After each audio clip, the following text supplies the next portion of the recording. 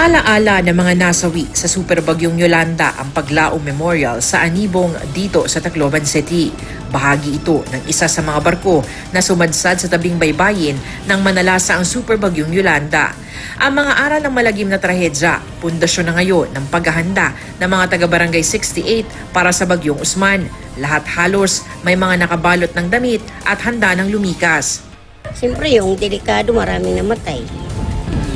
Isa na yun na parang yung parang signal na sa buhay ba natin. Kaya Yung iba, lumilikas na pag talagang masama na yung panahon. Maalis kami dito kung bagyo kasi naman kung umano kami dito, lumalaki ang dagat. 42 barangay sa Tacloban ang tinuturing na danger zone tuwing may bagyo. May mga banta kasi ng daluyong o storm surge at sa ibang lugar, mga pagguho ng lupa. Pero sa 17,000 pamilyang natukoy na sa mga danger zone na ninirahan, 14,000 pa lang ang naililipat sa mga ginawang pabahay. Nandito pa sila sa coastal areas dahil hinihintay matapos yung mga pabahay nila.